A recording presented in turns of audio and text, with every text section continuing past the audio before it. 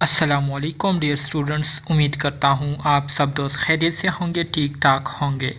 Dear students, आज की इस वीडियो में हम BSN 6 सेमेस्टर के सब्जेक्ट बायोस्टैटिस्टिक्स के यूनिट नंबर 5 जो कि हमारे साथ sampling distribution and central limit theorem है, इसको आज हम डिस्कस करेंगे और इसको समझने की कोशिश करेंगे। डियर स्टूडेंट्स, आपको बताता चलूँ कि एग्ज़ामिनेशन के हवाले से ये यूनिट काफ़ी ज़्यादा इम्पोर्टेंट है और MCQs जो है इससे बहुत ज़्यादा आते हैं। सो इसलिए आपने जो है यूनिट को गौर से सुनना है, अंडरस्टैंड करने की कोशिश करनी है। और अगर कोई क्वेश्चन हो तो आप कमेंट बॉक्स में मुझसे क्वेश्चन पूछ सकते हैं। तो डियर स्टूडेंट्स, स्टार्ट करते हैं यूनिट को। स्टार्ट करते हैं पॉपुलेशन से। पॉपुलेशन किसे कहते हैं डियर स्टूडेंट? सिंपली अगर हम पॉपुलेशन को जर्नल अल्फाज में इसको हम डिफ़ाइन करते हैं तो पॉपुलेशन डियर स्टूडेंट्स यूजुअली हमारे साथ सेट ऑफ डेटा होता है। ठीक है, ये हमारे साथ डेटा का एक सेट होता है जिसके ज़रिए रिसर्चर्स क्या करते हैं, उस डेटा को कलेक्ट करते हैं। उस डेटा के ज़रिए जो है अपने जो इंटरेस्ट की चीज़ें होते हैं तो रिसर्चर जो है उसको उस डेटा से लेते हैं और उस डेटा को एनालाइज करके, उसको प्रोसेस करके, उस पर इंटरप्रिटेशन करके उससे जो है फाइनल आउटकम निकालते हैं। ठीक है, और इसी तरह से फिर उस रिज़ल्ट को जो है ओवरऑल पॉपुलेशन पर अप्लाई करते हैं और अपने मकसद की जो इंफॉर्मेशन होती है तो वो उससे उस पॉपुलेशन से फिर वो क्या करते हैं, लेते हैं। यहाँ पर हमारे साथ पॉपुलेशन की डिफिनीशन की गई है। कहते हैं कि a population is a collection or a set of measurements of interest to the researchers. जैसे कि मैंने आपको कहा था कि पॉपुलेशन जो है यूजुअली हमारे साथ डेटा का एक सेट होता है। ठीक है, मतलब पॉपुलेशन जो है यूजुअली हमारे साथ ये असल में डेटा होता है। ठीक है, डेटा पर मुश्तमिल एक सेट होता है जिस को जो रिसर्चर्स होते हैं वो क्या करते हैं, अपनी मर्ज़ी का डेटा इससे लेते हैं, इस पॉपुलेशन से लेते हैं और फिर जो डेटा उन्होंने लिया हुआ होता है तो उस डेटा पर वो लोग क्या करते हैं, उसको प्रोसेस करते हैं, उसको एनालाइज करते हैं, इंटरप्रिटेशन उस पर करते हैं और फाइनली उससे आउटकम निकालते हैं। ठीक है, for example a researcher may be interested in studying the income of house hold in Karachi. मिसाल के तौर पर हमारे साथ रिसर्चर है, वो ये चाहते हैं कि वो पाकिस्तान में हमारे साथ जो कराची सिटी है, कराची सिटी में जितने भी लोग रहते हैं तो वहाँ पर हाउस जो इनकम लोग कमाते हैं, जो पैसे लोग कमाते हैं, तो रिसर्चर ये जानना चाहते हैं कि कराची में जितने भी लोग रहते हैं तो उनका जो पर हाउस इनकम है वो कितना है। तो ये जानने के लिए वो क्या करते हैं, इस पॉपुलेशन से डेटा लेते हैं। ठीक है, तो ये हमारे साथ एक एग्जांपल हो गई पॉपुलेशन की। The measurement of interest is income of each house hold in Karachi. अब यहाँ पर रिसर्चर का जो इंटरेस्ट है वो क्या है, वो ये है कि रिसर्चर ये जानना चाहते हैं कि कराची में हमारे साथ जितने भी लोग रहते हैं तो पर हाउस लोग कितना कमाते हैं। ठीक है, तो रिसर्चर का जो इंटरेस्ट है, जिस चीज़ को वो मेजर करना चाहते हैं, वो पर हाउस इनकम वो क्या करना चाहते हैं, जानना चाहते हैं कि कितना कमाते हैं पर हाउस लोग। The population is a list of all house hold in Karachi and there income.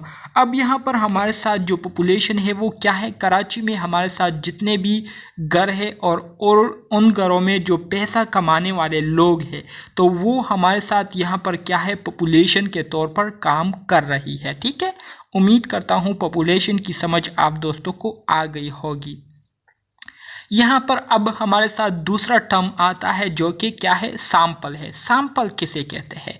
Sample dear student simple अल्फाज में ये हमारे साथ पॉपुलेशन का एक सब सेट होता है। ठीक है डियर स्टूडेंट, जैसे कि अगर हम सिंपली ये जानना चाहते हैं कि कराची में जो है हमारे साथ क्या है, मिसाल के तौर पर मैं आपको एक इससे सिंपल एग्जांपल देता हूँ। मिसाल के तौर पर हम जानना चाहते हैं कि पूरे पाकिस्तान में जो है कितने लोग जो है वो पैसे कमाते हैं या पर हाउस कितना इनकम जो है लोग कमाते हैं मंथली, ठीक है।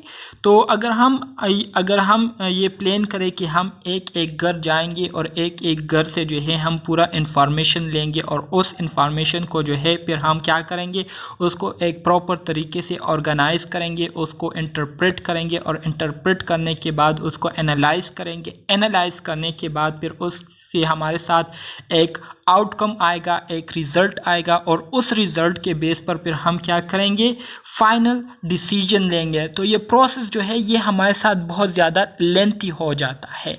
तो इसलिए इस लेंथी प्रोसेस से अपने आप को बचाने के लिए हम क्या करते हैं, एक शॉर्टकट यूज़ करते हैं और उस शॉर्टकट मेथड को क्या कहते हैं, उस शॉर्टकट मेथड को हम सैम्पलिंग मेथड कहते हैं। सैम्पलिंग मेथड यूजुअली हमारे साथ वो प्रोसेस होता है जिसमें हम एक पॉपुलेशन का एक छोटा सा हिस्सा जो है उसको हम क्या कर लेते हैं, उसको हम सेलेक्ट कर लेते हैं और उस हिस्से में हमारे साथ जितना भी डेटा होता है उस पूरे डेटा को हम क्या कर लेते हैं, कलेक्ट कर लेते हैं, उसको इंटरप्रेट कर लेते हैं, उस पर हम एनालाइजिंग कर लेते हैं, ठीक है। और एनालाइज करने के बाद हम उससे जो आउटकम निकालते हैं, जो रिज़ल्ट निकालते हैं, तो वो रिज़ल्ट जो है हम ओवरऑल पॉपुलेशन पर क्या कर लेते हैं, अप्लाई कर लेते हैं, ठीक है। तो इसी तरह से ये पूरा जो प्रोसेस हम करते हैं तो इसको क्या कहते हैं, इसको सैम्पलिंग प्रोसेस कहते हैं। और इसमें हमारे साथ जो डेटा होता है जो कि हमने पॉपुलेशन के एक छोटे से हिस्से से लिया हुआ होता है तो उसको हम क्या कहते हैं, सैंपल डेटा कहते हैं। तो इस वजह से इसको कहते हैं कि any subset of the population is called sample. मतलब पॉपुलेशन का कोई भी सबसेट हो, मतलब पॉपुलेशन की किसी भी जगह से हमने एक छोटे से पोर्शन को सेलेक्ट कर लिया, उस छोटे से पोर्शन में हमारे साथ जितना भी डेटा होता है उस डेटा को हम क्या करते हैं, उस डेटा को हम ऑर्गेनाइज करते हैं, उसको हम इंटरप्रेट करते हैं, एनालाइज करते हैं और उससे हमारे साथ जो रिज़ल्ट आते हैं तो वो सारे रिज़ल्ट्स फिर हम ओवरऑल पॉपुलेशन पर अप्लाई करते हैं। और इसी तरह से एक शॉर्टकट या सिंपल मेथड के ज़रिए, शॉर्ट ड्यूरेशन ऑफ टाइम वाले मेथड के ज़रिए हम ओवरऑल पॉपुलेशन का जो डेटा होता है या जो प्रॉब्लम होता है उसको हम आसानी से, जल्दी से, शॉर्ट टाइम में उसको फाइंड आउट कर लेते हैं, ठीक है। तो इसको क्या कहते हैं, इसको कहते हैं sample. For the purpose of estimation of certain characteristics in the population we would like to select a random sample to be a good representative of the population, ठीक है। वही एग्जाम्पल है जो कि अभी मैंने आपको बताया था कि हम चाहते हैं कि हम पाकिस्तान की पूरी पॉपुलेशन को क्या कर ले, उनका डेटा हम हासिल कर ले या उनकी जो है हम एस्टिमेशन लगाए। तो अगर हम पूरे पाकिस्तान में एक एक घर को जाए, ठीक है, एक एक घर जाए और वहाँ पर लोगों से इंफॉर्मेशन कलेक्ट करे, वहाँ पर लोगों से डेटा कलेक्ट करे, तो ये प्रोसेस जो है ये हमारे साथ बहुत लंबा प्रोसेस फिर हो जाता है। तो इस लंबे प्रोसेस से बचने के लिए हम क्या करते हैं, एक शॉर्टकट मेथड को यूज़ करते हैं जिसको हम सैम्पलिंग मेथड कहते हैं। तो इस सैम्पलिंग मेथड में हम क्या करते हैं, पॉपुलेशन के एक छोटे से पोर्शन को या एक पोर्शन को जो है उसको हम सेलेक्ट करते हैं। मिसाल के तौर पर हमारे साथ पाकिस्तान के 5 प्रोविंसेस है, एक हमारे साथ पंजाब है, एक हमारे साथ KPK है, एक हमारे साथ बलूचिस्तान है, एक हमारे साथ सिंध है और अभी जो नया आया हुआ है वो हमारे साथ गिलगित बल्तिस्तान है, ठीक है। तो इस पूरे 5 प्रोविंसेस में मिसाल के तौर पर हमने एक प्रोविंस को उठा लिया, मिसाल के तौर पर पंजाब को जो है हमने उठा लिया है। तो ये पंजाब जो है ये हमारे साथ यहाँ पर एक सैंपल के तौर पर काम कर रहा है, ठीक है। तो इस पंजाब जो प्रोविंस है इसमें हमारे साथ जितनी भी इंफॉर्मेशन होगी, जितना भी डेटा होगा, तो इस डेटा को हम क्या करेंगे, ऑर्गेनाइज करेंगे, इस पर इंटरप्रिटेशन करेंगे, एनालाइज करेंगे और इससे हमारे साथ जो फाइनल रिजल्ट्स आएंगे तो उन फाइनल रिजल्ट्स को फिर हम पाकिस्तान के जो बाकी जितने प्रोविंसेस है उस पर क्या करेंगे, अप्लाई करेंगे, ठीक है।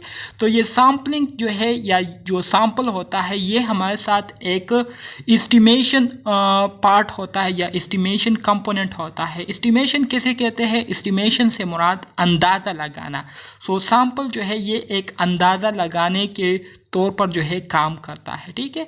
जब हम सैंपल को प्रॉपर तरीके से क्या करते हैं, इसको हम यूज़ करते हैं। तो इस सैंपल के ज़रिए फिर हम एक एरिया की जो पॉपुलेशन है उसके बारे में हम एक्यूरेटली अंदाज़ा लगाते हैं, एक्यूरेटली क्या करते हैं, एस्टिमेशन लगाते हैं, और हमारे साथ जो रिज़ल्ट आते हैं तो वो भी बहुत ज़्यादा क्या होते हैं, एक्यूरेट होते हैं। ठीक है, यहाँ पर अब हम बात करेंगे वेरिएबल्स की, स्टेटिस्टिक्स की और पैरामीटर्स की। ठीक है, सो पॉपुलेशन के जो हमारे साथ करेक्टरिस्टिक्स होते हैं, ठीक है, तो उसके लिए हम जो टर्म सिंपली यूज़ करते हैं तो उसको हम क्या कहते हैं, पैरामीटर कहते हैं। इसी तरह से सैंपल में हमारे साथ जितने भी करेक्टरिस्टिक्स होते हैं, जितने भी ट्रेड्स होते हैं, ठीक है, तो उसके लिए हम जो टर्म यूज़ करते हैं उसको हम स्टेटिस्टिक्स कहते हैं। MCQs के हवाले से ये बहुत ज़्यादा इंपॉर्टेंट है, इसलिए मैं आपको कह रहा हूँ। ठीक है, इसी तरह से हमारे साथ जितने भी रिस्पॉन्सेज होते हैं तो उसके लिए हम जो टर्म यूज़ करते हैं उसको हम क्या कहते हैं, वेरिएबल्स कहते हैं। वेरिएबल ये हमारे साथ करेक्टरिस्टिक्स होते हैं। ठीक है, वाई सैम्पलिंग डिस्ट्रीब्यूशन, आखिर हम सैम्पलिंग डिस्ट्रीब्यूशन क्यों करते हैं? हम पॉपुलेशन डिस्ट्रीब्यूशन भी कर सकते हैं, लेकिन यहाँ पर हम सैम्पलिंग डिस्ट्रीब्यूशन करते हैं। आखिर सैम्पलिंग डिस्ट्रीब्यूशन क्यों करते हैं? तो इसके रीज़न जो है वो मैंने आपको ऑलरेडी बताए हुए हैं कि जब अगर हम पॉपुलेशन डिस्ट्रीब्यूशन को यूज़ करेंगे, पॉपुलेशन डिस्ट्रीब्यूशन मेथड को यूज़ करेंगे, तो सबसे पहला जो इसमें हमें मसला पेश आएगा वो ये होगा कि ये हमारा बहुत ज़्यादा टाइम कंज्यूम करेगा। ठीक है, इसके अलावा इससे हमारा जो दूसरा मसला पैदा होगा वो ये होगा कि इस पर जो है वो एक्सपेंसेस भी बहुत ज़्यादा लगेंगे। ठीक है, अगर हम पॉपुलेशन मेथड को यूज़ करते हैं डायरेक्टली। इसके साथ साथ जो है इसके लिए फिर हमें और लोगों को क्या करना होगा, और लोगों को हायर करना होगा, और इसी तरह से फिर उन लोगों को भी हमने क्या करना होगा, उन लोगों को भी फिर हमने क्या देना होगा, उनको भी फिर हमने सैलरी देनी होगी, पैसे देने होंगे। तो इस वजह से हमारा बहुत ज़्यादा पैसा जो है वो भी खर्च हो जाएगा। ठीक है, इसकी वजह से हमारा बहुत ज़्यादा टाइम जो है वो भी वेस्ट हो जाएगा, और इसके साथ साथ जो ये टाइम पीरियड है ये बहुत ज़्यादा लंबा हो जाएगा। तो इस वजह से हम पॉपुलेशन मेथड को डायरेक्टली यूज़ नहीं करते और इसकी जगह हम सैम्पलिंग डिस्ट्रीब्यूशन को यूज़ करते हैं। Inferential statistics concern generalizing from a sample to a population. Inferential statistics से मुराद ये है कि सैम्पल से हमारे साथ जो रिजल्ट्स आते हैं तो उस सैम्पल्स के रिजल्ट्स को हम क्या करते हैं, पॉपुलेशन पर अप्लाई करते हैं, और उसको जो है हम पूरे ओवरऑल पॉपुलेशन के लिए यूज़ करते हैं। तो इस वजह से इसको क्या कहते हैं, इन्फरेंशियल स्टैटिस्टिक्स कहते हैं, इन्फरेंस देते हैं। ठीक है, a critical part of inferential statistics involve determining how far sample statistics are likely to vary from each other and from the population parameter। और इसी तरह से हमारे साथ जो inferential statistics हम जब भी करते हैं तो inferential statistics में हमारे साथ एक पेचीदा जो प्रोसेस होता है वो यही होता है कि हमारे साथ जो डिफरेंट सैम्पल्स होते हैं, जो डिफरेंट सैम्पल से हमारे साथ रिजल्ट्स आते हैं, तो उसको पहले हम एक दूसरे के साथ कंपेयर करते हैं और उसको हम देखते हैं कि हमारे साथ जो डिफरेंट सैम्पल्स, रैंडम सैम्पल से जो रिज़ल्ट आए हुए हैं तो ये रिज़ल्ट कितना एक दूसरे के साथ जो है वो मुशाबिहत रखती है, कितना एक दूसरे के साथ जो है ये रिज़ल्ट क्लोज है, या कितना एक दूसरे से जो है ये रिज़ल्ट जो है डिफरेंट है और ज़्यादा जो है इनमें फ़र्क है। ठीक है, और फिर इसी तरह से हम फिर ओवरऑल जो रिज़ल्ट होते हैं सैम्पल्स के उसको फिर हम पॉपुलेशन पैरामीटर्स पर अप्लाई करते हैं। तो इस वजह से हम सैम्पलिंग डिस्ट्रीब्यूशन करते हैं।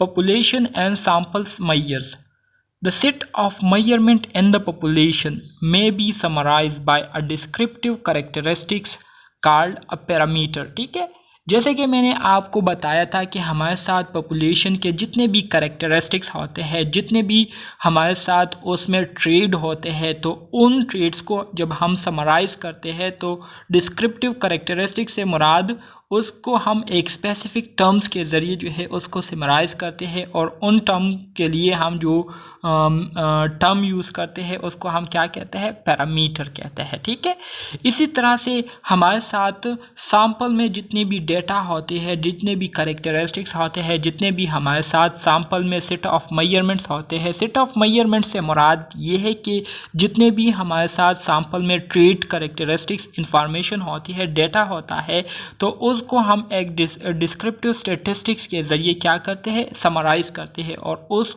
के लिए हम जो टर्म यूज़ करते हैं उसको क्या कहते हैं, उसको स्टैटिस्टिक्स कहते हैं। For example, to estimate the average household income in Karachi we take a random sample of the population in Karachi. ठीक है, मिसाल के तौर पर वही एग्ज़ाम्पल है, मिसाल के तौर पर हम चाहते हैं कि हम कराची में जितने भी घर है, ठीक है, उन घरों के जो पर इनकम है, ठीक है, पर इनकम पर हाउस जो है वो कितना है, उसको एस्टिमेट करने के लिए हम कराची में जो है मुख्तलिफ़ इलाकों के जो लोग हैं, जो मकीन हैं, उनके घरों का क्या करते हैं, उनके घरों का हम डेटा लेते हैं। ठीक है, the sample mean is a statistics an is an estimate of the population mean. ठीक है, हमारे साथ सैंपल मीन जो होता है ये हमारे साथ स्टेटिस्टिक्स होता है, और इसको हम पॉपुलेशन मीन के लिए क्या करते हैं, एस्टिमेट करते हैं। सैंपल मीन के ज़रिए हम पॉपुलेशन मीन को क्या करते हैं, पॉपुलेशन मीन का अंदाज़ा लगाते हैं। सैंपल मीन से मुराद जो सैंपल का हमारे साथ एवरेज होता है, मीन से मुराद एवरेज। ठीक है, पॉपुलेशन एंड सैंपल मेजर्स। अब यहाँ पर अगर हम पॉपुलेशन पैरामीटर्स की बात करें तो पॉपुलेशन पैरामीटर्स में हमारे साथ पहले नंबर पर आता है पॉपुलेशन मीन, मतलब पॉपुलेशन का जो एवरेज होता है, तो उसको हम किस से रिप्रेजेंट करते हैं, उसको हम म्यू से रिप्रेजेंट करते हैं।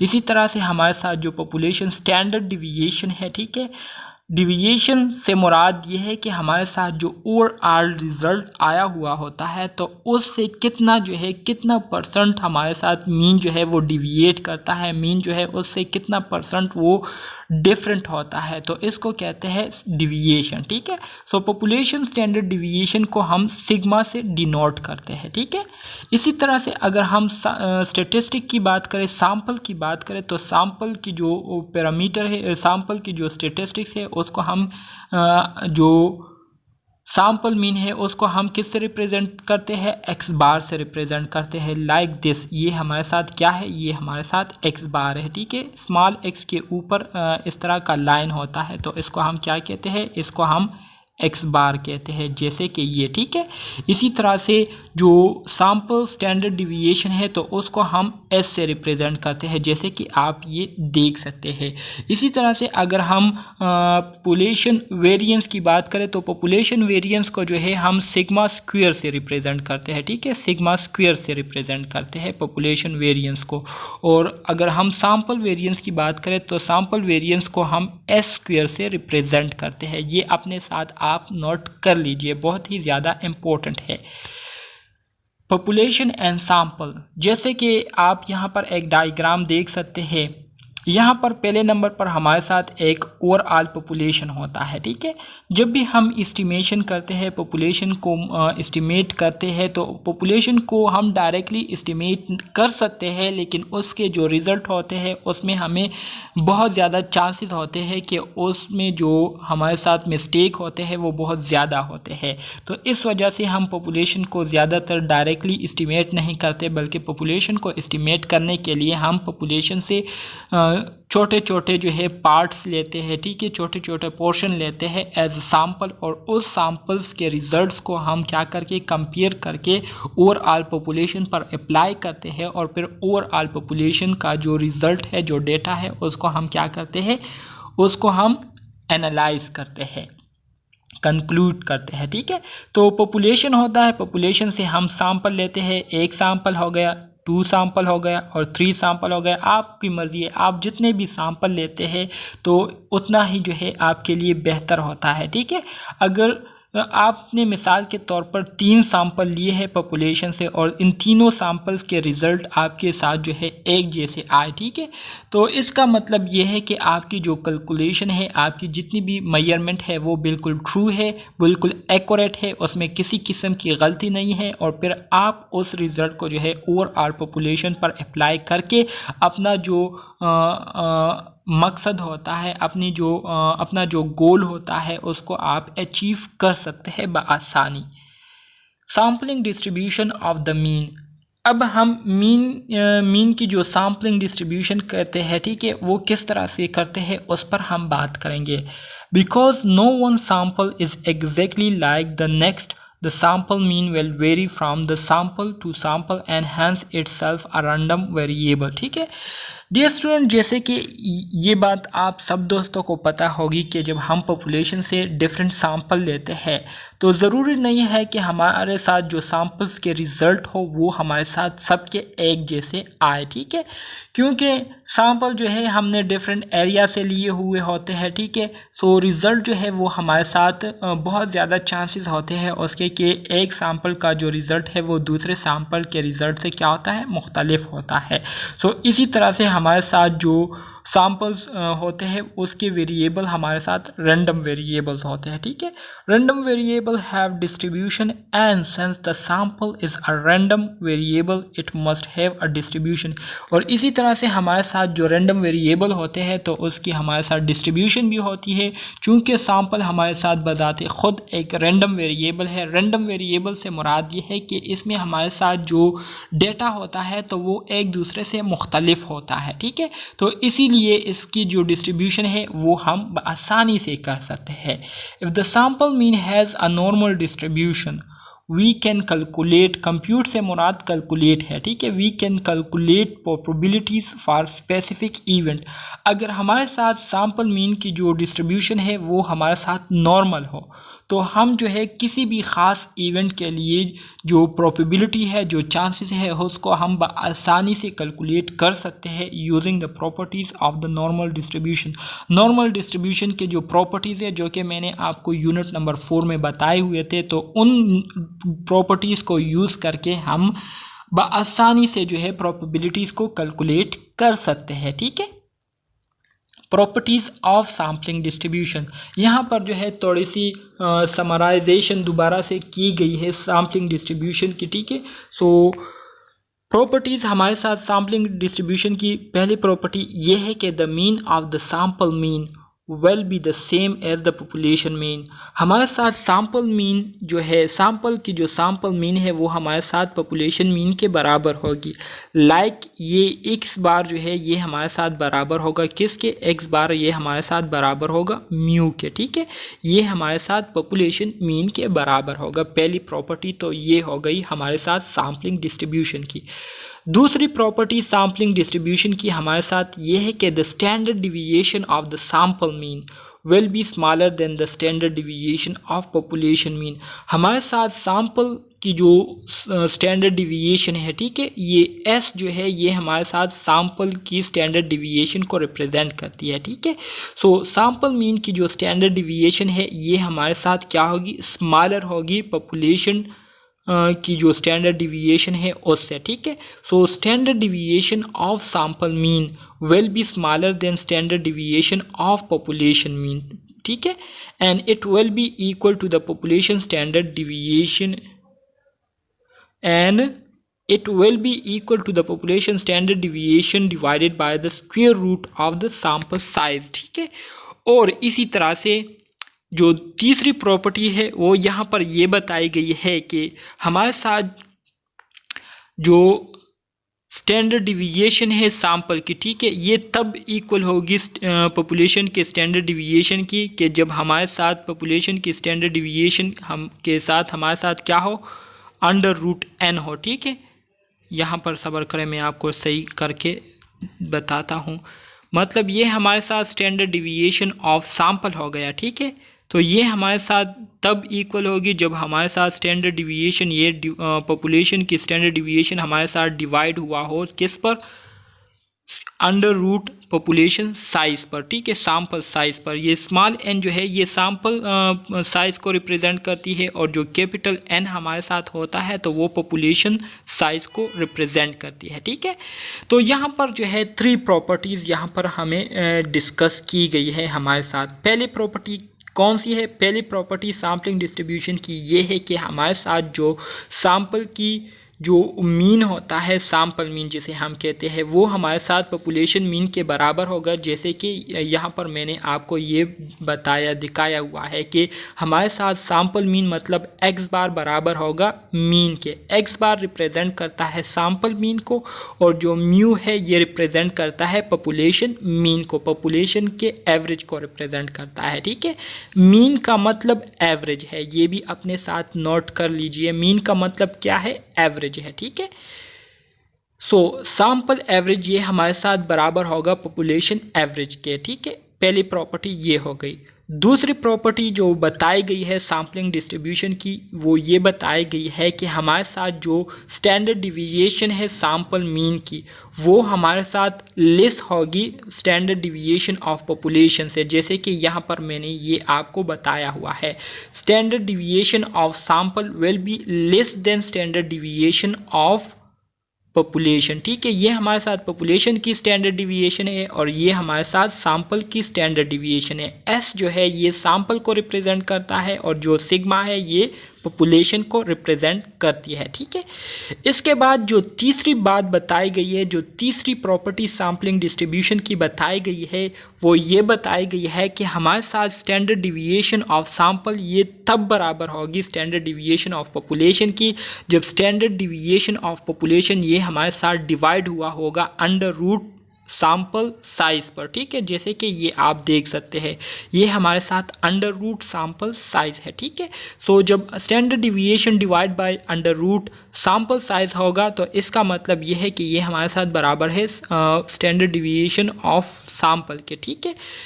तो यहाँ पर इस फार्मूले से जो है आप दूसरा मतलब भी ले सकते हैं, लेकिन वो मैं आगे आपको नेक्स्ट यूनिट में बताऊंगा क्योंकि यहाँ पर वो बात जो है डिस्कस नहीं की गई है। इसलिए अगर मैंने आपको बताया तो हो सकता है कि आप कंफ्यूज हो जाए। तो the standard deviation of sample mean की जो स्टैंडर्ड डिविएशन है इस called standard error of the mean, ठीक है। और standard error of the mean जो है उसको हम किससे रिप्रेजेंट करते हैं? उससे हम रिप्रेजेंट करते हैं SE से, ठीक है, SE से। सो standard deviation of the sample mean की हमारे साथ जो स्टैंडर्ड डिविएशन है उसको हम standard error of the mean कहते हैं, ठीक है। MCQs में ये पॉइंट भी आ सकता है, अपने साथ नोट कर लीजिए।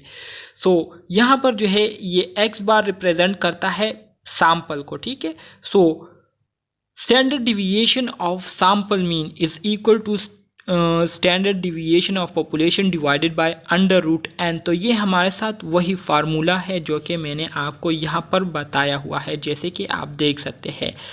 सो सैंपल मीन की जो स्टैंडर्ड डिविएशन है उसको हम क्या कहते हैं? उसको हम standard error of the mean कहते हैं। MCQs के हवाले से बहुत ज़्यादा इम्पोर्टेंट है। और आप इस सिग्मा की जगह जो है आप सिंपली क्या कर सकते हैं? सिंपली आप SE लिख सकते हैं और यहाँ पर नीचे इसके साथ जो है x स्मॉल और इसी तरह से बार लिख सकते हैं। तो ये standard error of the sample is equal to standard deviation, ठीक है, is equal to standard deviation of population divided by under root n, ठीक है।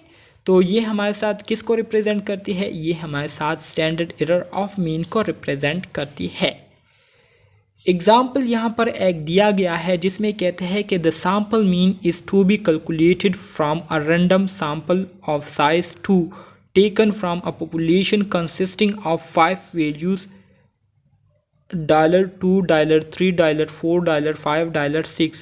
Find the sampling distribution x of base on sample size 2, ठीक है। Sample size हमारे साथ जो n है ये हमारे साथ किसके बराबर है? ये हमारे साथ 2 के बराबर है, ठीक है। First note that the population mean जो है ये हमारे साथ क्या है? पॉपुलेशन मीन हमारे साथ दिया गया है, ठीक है। ये हमारे साथ क्या है कि पहला जो हमने काम करना होता है किसी भी न्यूमेरिकल को सॉल्व करने के लिए, तो वो हम क्या करेंगे, वो हम सबसे पहले पॉपुलेशन मीन को फाइंड आउट करेंगे। तो यहाँ पर हमारे साथ जो पॉपुलेशन दिया गया है वो हमारे साथ क्या है, वो हमारे साथ ये है जिसको मैं रेड लाइन से कर रहा हूँ, ये हमारे साथ पॉपुलेशन है। ठीक है, ये हमारे साथ टोटल पॉपुलेशन है। तो टोटल पॉपुलेशन हमारे साथ कितनी है, 2 + 3 + 4 + 5, ठीक है, +6, ये हमारे साथ टोटल पॉपुलेशन हो गई। इसको जब आप प्लस करेंगे तो इससे आपके पास जो है एक वैल्यू आएगी। ठीक है, उस वैल्यू को आप यहाँ पर ऊपर लिख देंगे। ऊपर यहाँ जब लिखेंगे तो इसके बाद आपका जो दूसरा काम होगा वो ये होगा कि आपने जो टोटल पॉपुलेशन है उसको आपने क्या करना है, उसको आपने काउंट करना है। तो यहाँ पर टोटल पॉपुलेशन हमारे साथ, नंबर ऑफ़ टोटल पॉपुलेशन कितनी है, ये 2 हमारे साथ 1 हो गया, 2 हो गया, 3 हो गया, 4 हो गया, 5 हो गया। तो टोटल नंबर ऑफ़ पॉपुलेशन जो है वो हमारे साथ कितनी है, वो हमारे साथ 5 है। ठीक है, तो 5 नीचे लिख देंगे और हमारे साथ 6 से क्या आता है, 6 + 5, ये हमारे साथ हो गया 11, 11 + 4 15, 15 + 3 18 और 18 + 2 ये हमारे साथ क्या हो गया, 20 हो गया। तो 20 / 5 हमने लिख दिया है। ठीक है, 5 यहाँ पर कैसे आया है, 5 यहाँ पर ऐसे आया है कि हमारे साथ जो टोटल पॉपुलेशन थी वो हमारे साथ ये थी जो कि हमने लिख दी है यहाँ पर। ठीक है, और जो नंबर ऑफ़ पॉपुलेशन में हमारे साथ जो टोटल मतलब मेंबर थे वो कितने थे, वो हमारे साथ 5 थे। एक ये हो गया, एक ये हो गया, एक ये हो गया, एक ये हो गया और एक ये हो गया। तो ये हमारे साथ 5 मेंबर्स हो गए पॉपुलेशन के। सो 20 / 5, तो इससे हमारे साथ क्या आएगा, इससे हमारे साथ जो आंसर आएगा तो वो हमारे साथ क्या होगा, 4 होगा। तो 4 का मतलब ये है कि जो पॉपुलेशन मीन है ये हमारे साथ बराबर है किसके, ये हमारे साथ बराबर है 4 के। ठीक है, तो यहाँ पर हमारे साथ जो पॉपुलेशन मीन है वो आ गया है 4। आगे जाएंगे डियर स्टूडेंट, कैलकुलेशन का मैंने आपको एक प्रॉपर मेथड भी बताया था यूनिट नंबर 3 में कि यूनिट नंबर 4 में मैंने आपको एक मेथड बताया था कि आपका सबसे पहला काम क्या होगा। आपका सबसे पहला काम ये होगा कि आपने नॉर्मल डिस्ट्रीब्यूशन कर्व को बनाना है, जो कि इस तरह से बेल शेप में एक कर्व होता है। ठीक है, तो आपने उस कर्व को नॉर्मली अच्छे तरीके से बनाना होगा। ठीक है, उस कर्व को बनाने के बाद आपने क्या करना होगा, मीन को रिप्रेजेंट करना होगा जो कि बिल्कुल मिडल पर होता है। ठीक है, तो हमारे साथ जो पॉपुलेशन मीन है, तो अब यहाँ पर हमारे साथ म्यू किसके बराबर है, म्यू हमारे साथ आ गया है 4 के बराबर है। ठीक है, म्यू जो है हमारे साथ 4 के बराबर है। और इसी तरह से जो पॉपुलेशन साइज है कहाँ है, ये हमारे साथ n है, n हमारे साथ 2 है। ठीक है, और यहाँ पर जो रैंडम सैंपल साइज जो दिया गया है वो हमारे साथ क्या है, वो भी हमारे साथ 2 है। ठीक है, तो आगे बढ़ते हैं, इस प्रोसेस को करते हैं। Now there are 10 possible samples of size 2. These are as follow. ये तो हो गया है। ठीक है, तो यहाँ पर आपको जो है अलग दूसरे क्या दिए गए हैं, दूसरे नंबर दिए गए हैं, वो पहले नंबर जो है यहाँ पर मेंशन नहीं किए गए, लेकिन जो असल प्रोसेस है वो बिल्कुल यही है जो कि मैंने आपको किया। ठीक है, तो यहाँ पर इसको फाइंड आउट करते हैं। पॉसिबल हमारे साथ सैंपल में जो नंबर है वो हमारे साथ कितने हैं, maximum mean of the x bar, मतलब पॉपुलेशन मीन हमारे साथ क्या है, 4 है, वो तो आ गया है। ठीक है, सो हम क्या करेंगे, हमारे साथ पॉसिबल जो 10 पॉसिबल सैंपल है। ठीक है, now there are 10 possible sample of size 2, these are as follow. ये हमारे साथ है 1 2 3 4 5 6 7 8 9 10। ठीक है, ये हमारे साथ 10 सैंपल है। ठीक है, इससे हमने क्या करना है, इससे हमने मीन निकालना है। मीन किस तरह से निकालेंगे, मीन से मुराद एवरेज निकालना है। सो हमारे साथ 2 है, 2 के बाद फिर हमारे साथ क्या आता है, 2.5 आता है, फिर 3 आता है। तो हमारे साथ 2 और 3 का जो एवरेज है वो क्या है, 2.5 आएगा। हमने यहाँ पर 2.5 लिख दिया है, ठीक है।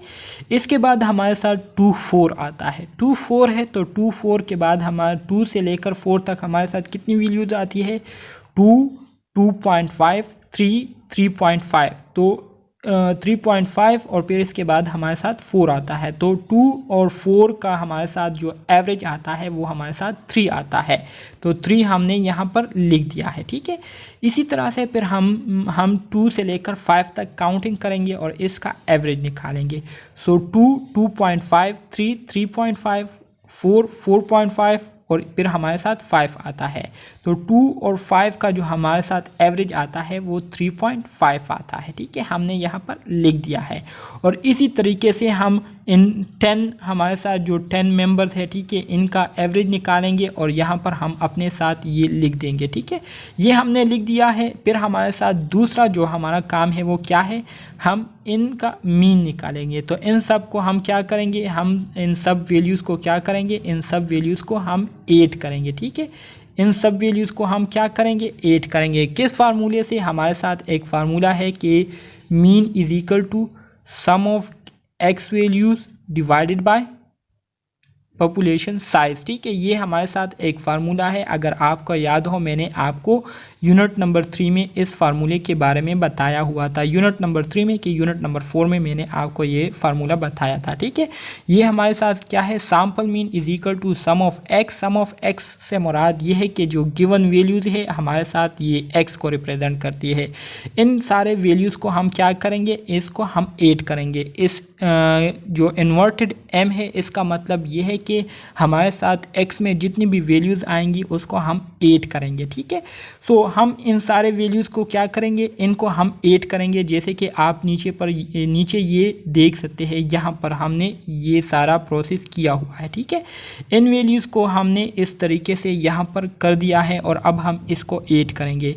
जब हम इसको ऐड करेंगे तो ऐड करने के बाद हमारे साथ जो पॉपुलेशन साइज़ है वो क्या है, वो हमारे साथ 10 है, ठीक है।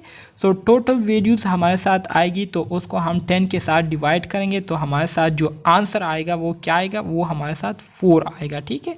तो 4 आंसर आ गया। इसी तरह से फिर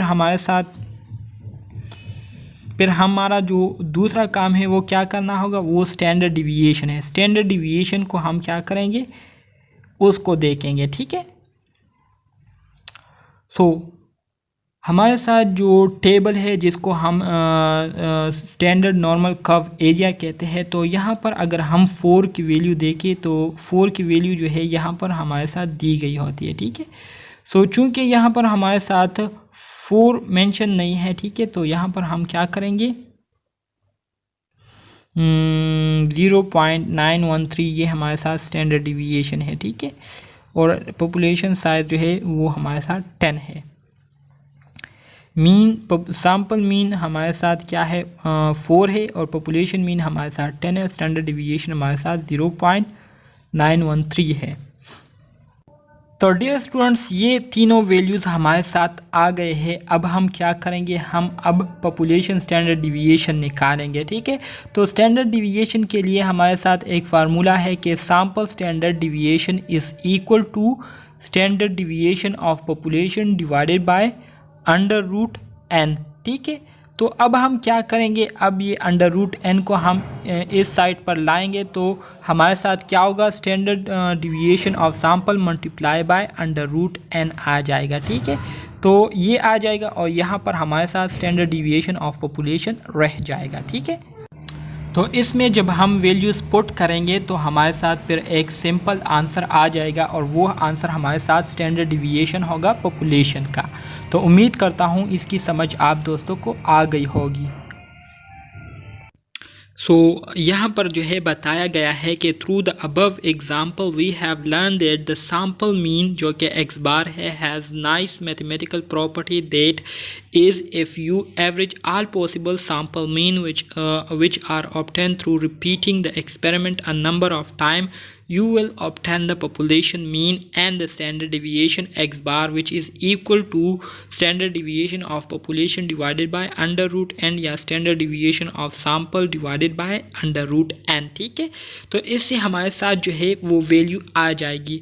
स्टैंडर्ड डिविएशन ऑफ एक्स बार को क्या कहते हैं? स्टैंडर्ड डिविएशन ऑफ एक्स बार को जो है स्टैंडर्ड एरर कहते हैं। एमसीक्यूज में ये ऑलरेडी आया हुआ है, अपने साथ नोट कर लीजिए। ठीक है, सेंट्रल लिमिट थ्योरम की तरफ अब आ जाएंगे। सेंट्रल लिमिट थ्योरम को इसको हमने ऑलरेडी यूनिट नंबर 4 में जो है डिस्कस किया हुआ है। यूनिट नंबर 4 जो है ये सेंट्रल लिमिट थ्योरम का स्पेसिफिक यूनिट है, तो अगर आपने इसको नहीं देखा हुआ तो इसको काइंडली वहाँ यूनिट नंबर 4 में आप देख सकते हैं।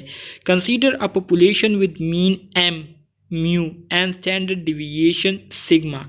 If random sample of n measurements are repeatedly drawn from the population, ठीक है, कहते हैं कि अगर हम population से number of sample को जो है उसको ले ले और उसकी हम क्या करें, measurement करें। When n is large, तो जब हमारे साथ population size जो है वो हमारे साथ large होगी तो the relative frequency of histogram from the sample mean से हमारे साथ जो histogram की relative frequency आएगी वो हमारे साथ क्या होगी, will be approximately normal। वो हमारे साथ क्या होगी, normal होगी। normal से मुराद bell shape में होगी। with mean, mu and standard deviation under root divided by under root n, ठीक है, ये हमारे साथ नॉर्मल होगी।